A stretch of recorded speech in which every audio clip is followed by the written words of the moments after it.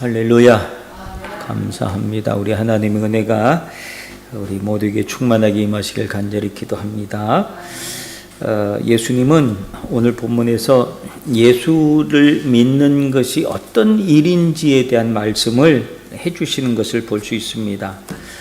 그 앞단락에 지난주에 보았던 말씀 단락이죠. 지난주는 야훼에서 못 봤고, 보면 예수님을 믿는 사람들이 있는가 하면 많은 사람들이, 기득권에 있었던 사람들은 예수를 믿는다고 하는 이유 때문에 예수 믿는 사람들을 유대교에서 출교하기로 그렇게 다 결정을 해놨기 때문에 드러냈고 예수 믿는 것이 얼마나 힘든 일인지 이런 환경이 되어버리고 말았다는 거죠. 그런데 이런 환경 속에 있는 사람들, 사람의 영광을 하나님 영광보다 더 사랑하는 사람들이 놓여있는 그 가운데서 예수님이 오늘 하시는 말씀이, 나를 믿는 자는 나를 믿는 것이 아니요 나를 보내신 이를 믿는 것이다. 그리고 나를 보는 자는 나를 보는 것이 아니요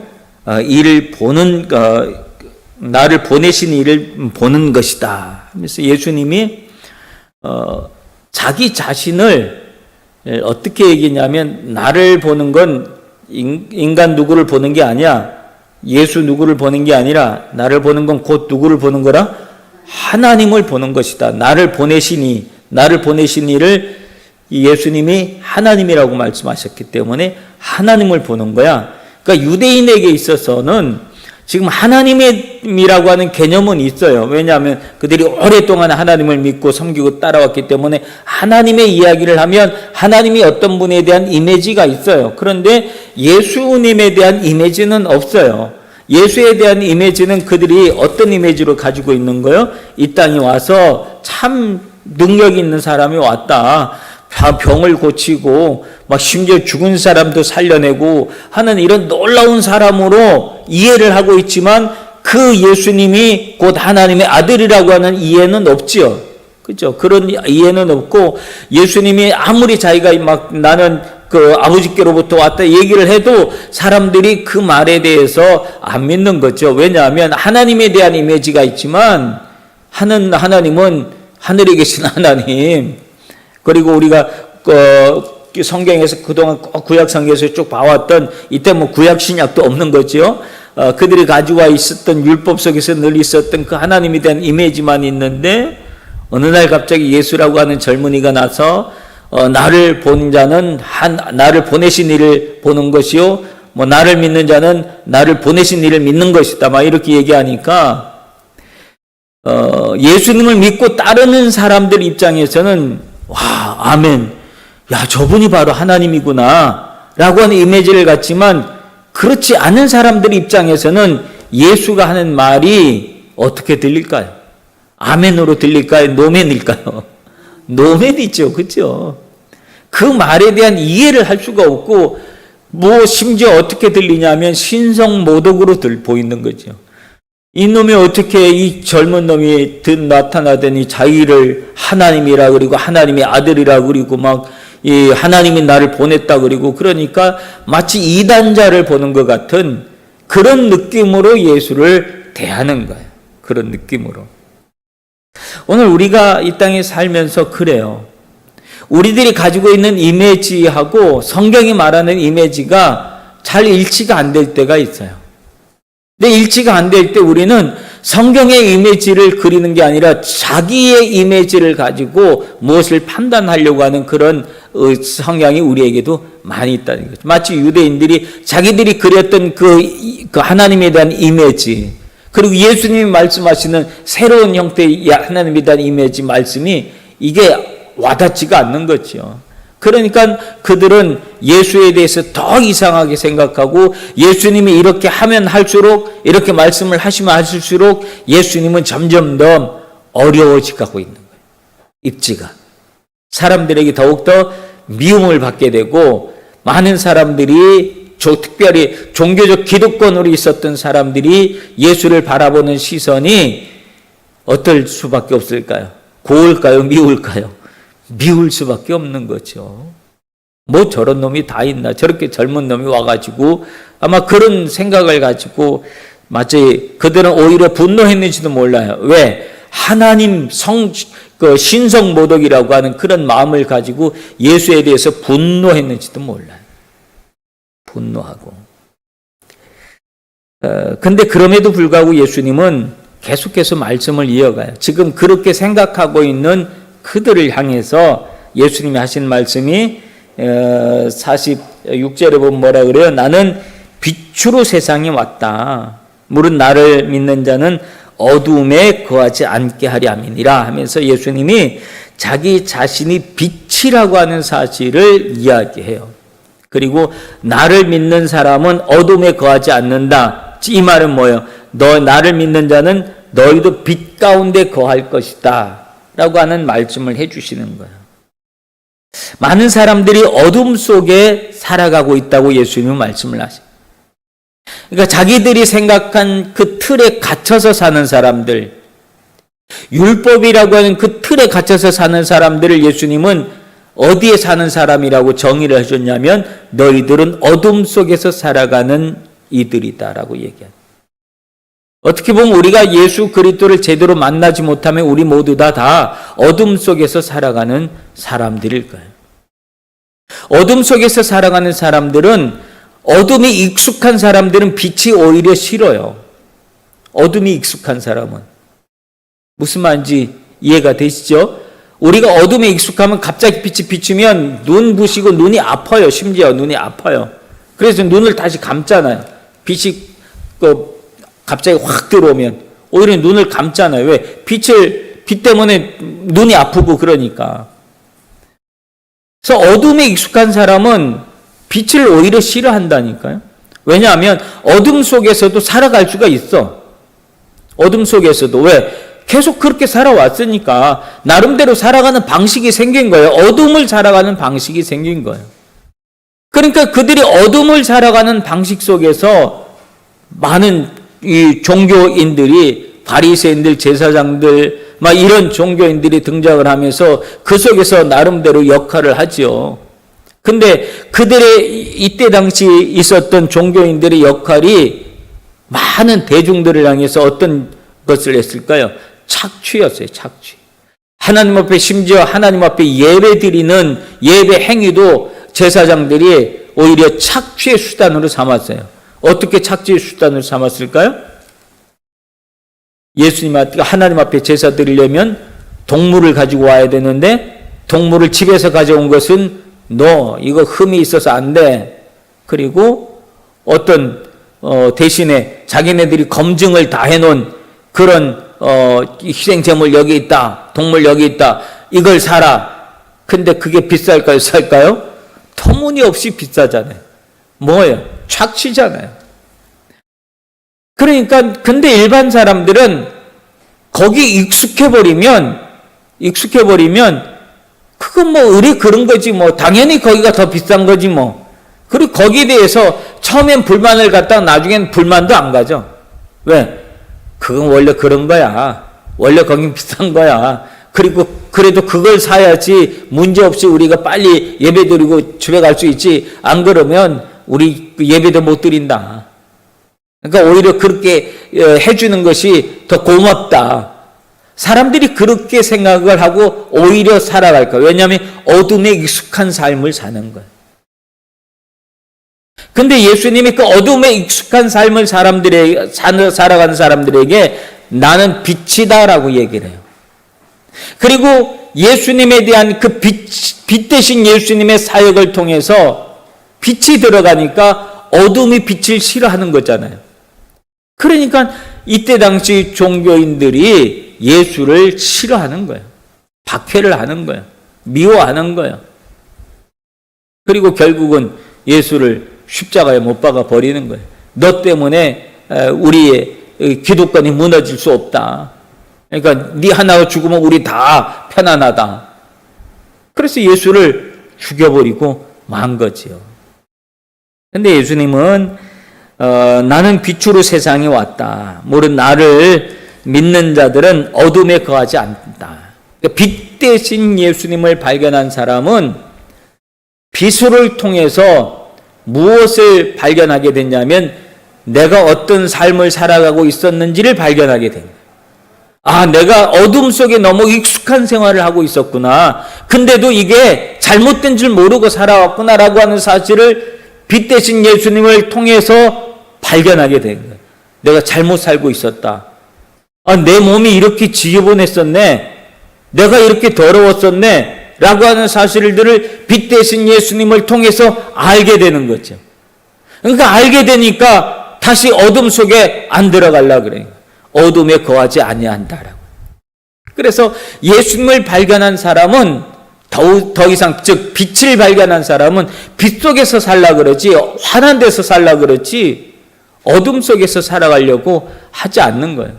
어둠 빛을 경험한 사람은 어둠을 속에 들어가면 불안함을 느끼는 거죠.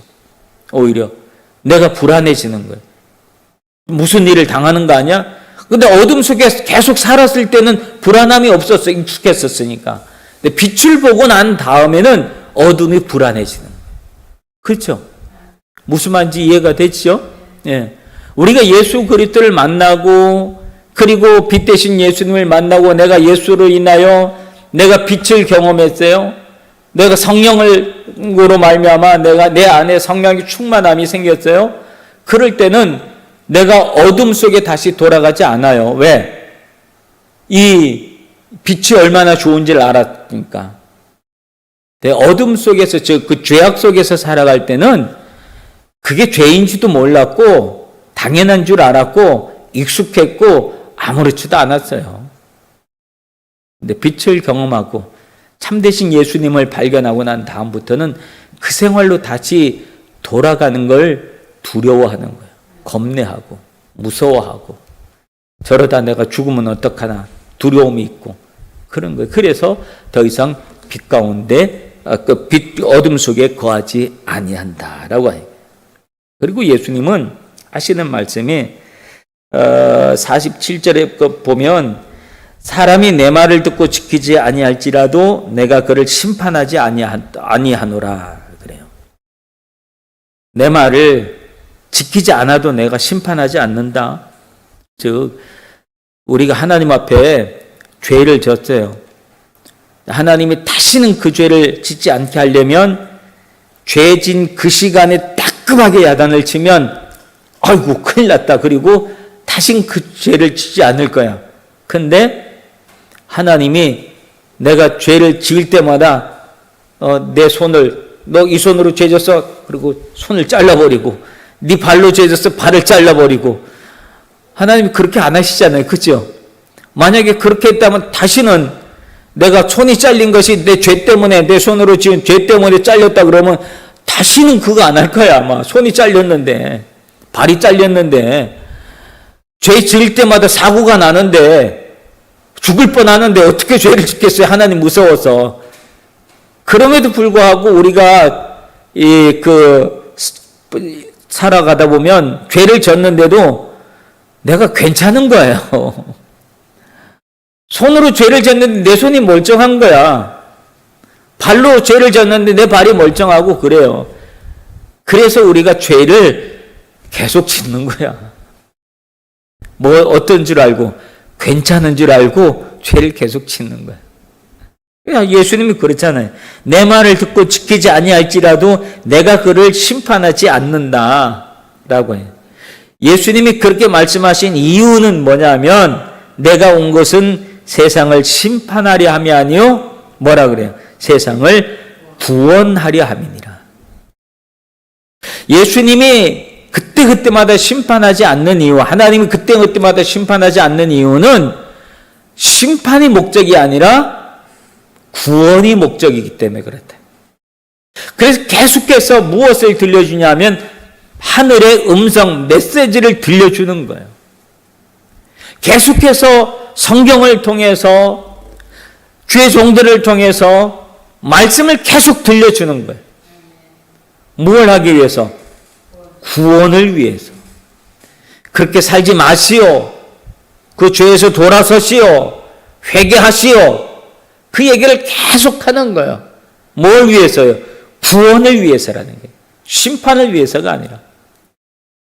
예수님의 말씀을 거역한 사람들에게 그때그때마다 심판하지 않는 이유는 예수님이 우리를 사랑하시고 예수님의 관심이 우리 죄를 뛰어넘어서 우리 영혼에게 있기 때문에 그래요. 어떻게 해서든지 한 영혼이라도 사랑하고 구원하고 그를 끌어안고 그 죄에서 스스로 돌이키게 하기를 예수님은 기다리시는 거예요. 우리 하나님은 인격적인 하나님인 거예요. 그 말이 뭐냐 하면 우리의 인격을 무시하고 억지로 우리의 삶 속에 우리 생각 속에 훅 들어오시는 분이 아니라는 거예요. 하나님은 말씀을 계속해서 주시는 거예요. 그리고 스스로 돌아서기를 계속 기다리시는 분이에요. 그래서 수많은 선지자들을 보내주고 수많은 예언자들을 보내주고 수많은 하나님의 사람들을 보내주신 이유는 메시지를 주고 기다리시기 때문에 그래요.